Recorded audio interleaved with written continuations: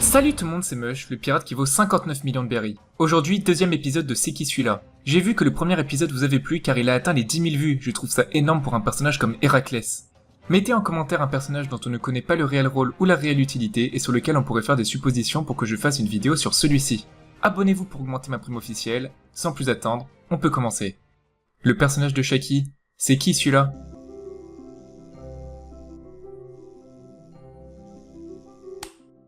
Je vous replace dans le contexte. Lors de l'arrivée de l'équipage au chapeau de paille sur l'archipel Sabaody, ils vont dans un bar, et c'est Shaki qui tient ce bar. À ce moment, elle introduit les 11 supernovas présents sur l'île et également Rayleigh. Il semble évident que Oda n'a pas choisi un personnage au hasard pour présenter tous ces pirates qui sont aujourd'hui au cœur de l'histoire de One Piece. Dans le bar, Luffy et sa Nakama discutent avec Shaki, et on apprend qu'elle s'est déjà faite pourchasser plusieurs fois par Garp, le héros de la marine. Cet élément nous indique bien que Shaki devait être une pirate redoutable, car Garp ne pourchasse pas n'importe quel pirate. On apprend également qu'elle était pirate il y a une quarantaine d'années. Elle a l'air encore jeune, cependant elle doit avoir un certain âge si elle a connu la piraterie avant que Goldie Roger devienne le roi des pirates. Elle est comme une partenaire de Rayleigh, ce qui veut dire qu'il a confiance en elle. Par conséquent, elle devait être quelqu'un d'important dans la piraterie. Je pense qu'on la reverra plus tard dans l'histoire, du moins, je suis quasiment sûr qu'on entendra encore parler d'elle, notamment lorsqu'on aura plus d'informations à propos des Rocks pirates. Je ne vais pas trop parler de la rêverie car ça pourrait spoiler certaines personnes qui ne suivent que l'anime, mais je vais faire des suppositions à propos de son ancien rôle et de son futur rôle dans One Piece. Pour ma part, dès que j'ai revu la présentation de Shaki, j'ai directement fait des liens. On a Goldie Roger en lien avec Luffy, Silvers Rayleigh en lien avec Zoro, Scopper Gaban en lien avec Sanji. Ensuite, on a su que Roger savait qu'il était atteint d'une maladie et qu'il a recruté un médecin qui n'est autre que Crocus, donc on aurait Crocus en lien avec Chopper. Et là, j'ai pensé à Shaki qui pourrait être en lien avec Nami. En effet, Shaki tient un bar appelé le bar de l'arnaque. Elle dépouille les pirates qui refusent de payer. Les prix dans son bar sont exorbitants. Au niveau du physique, on trouve des ressemblances avec Nami d'avant l'ellipse.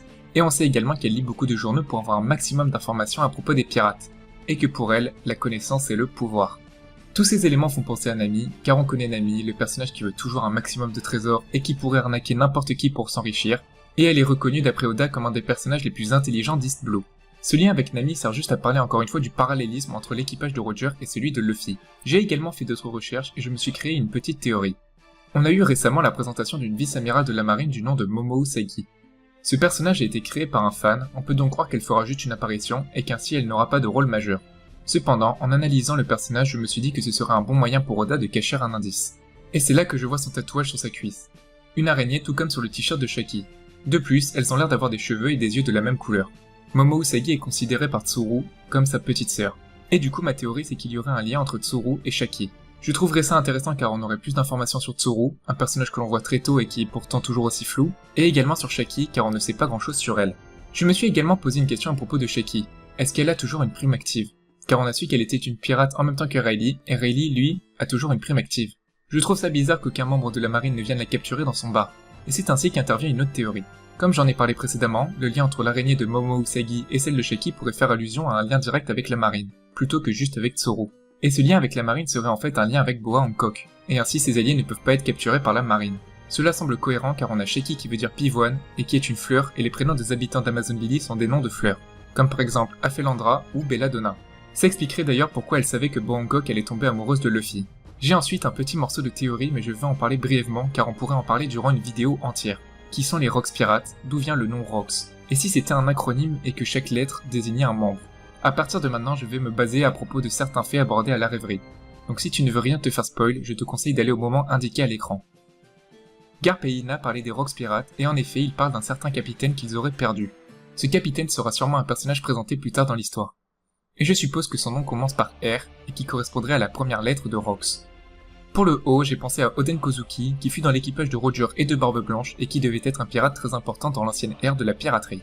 On a récemment entendu parler d'un lien entre Kaido et Big Mom et qu'ils s'étaient déjà alliés auparavant. Ils auraient donc eu un rôle dans l'ancienne ère de la piraterie. Et ainsi le C viendrait de Charlotte Linlin et le K viendrait de Kaido. Et pour le S, qui d'autre que Shaki? Une pirate redoutable qui était pourchassée plusieurs fois par Garp et dont on sait qu'elle fut une pirate il y a 40 ans. Voilà pour ces petites théories à propos de Shaki. Le concept de C'est qui celui-là me permet de faire plus de suppositions avec moins d'indices que dans une vidéo théorie normale. Dites-moi ce que vous en pensez en commentaire. Si ça vous a plu, n'oubliez pas le pouce bleu. Abonnez-vous pour augmenter ma prime officielle qui est de 59 millions de berries. On se retrouve pour une prochaine vidéo. Ciao tout le monde!